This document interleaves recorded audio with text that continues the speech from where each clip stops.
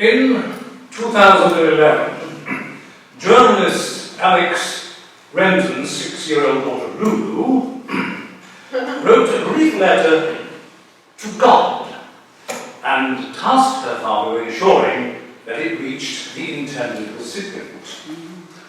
Unsure of how to deal with such a request, Alex, a non-believer, sent copies of the letter to family members, Christian friends, the local Scottish Episcopal Church, Church of Scotland, the Scottish Catholic Church, all with varied and unsatisfactory degrees of success.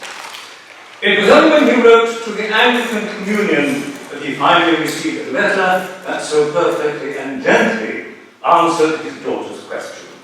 It was written by Rowan Williams, then Archbishop of Canterbury.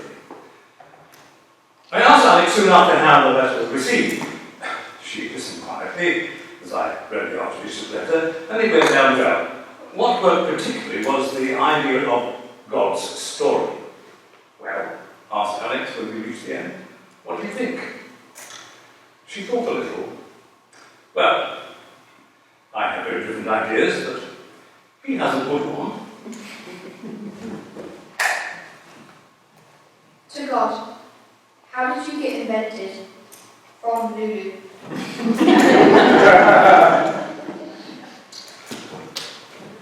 Dear Lulu,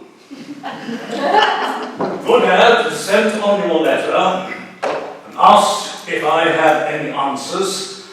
It's a difficult one, but I think God might reply a bit like this.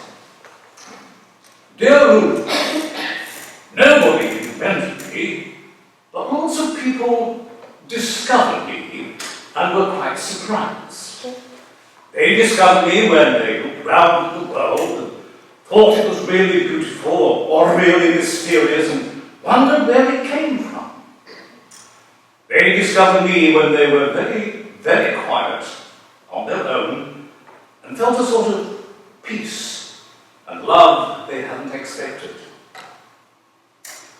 Then they invented ideas about me. Some of them sensible, some of them not very sensible. And from time to time I sent them some hints, especially in the life of Jesus, to help him get closer to what I'm really like.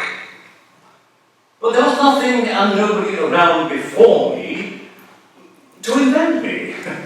Rather like somebody who writes a story in a book, I started making up the story of the world and eventually invented human beings like you who could ask me awkward questions. And then he'd send me lots of love and sign off. I know he doesn't usually write letters, so I have to do the best I can on his behalf.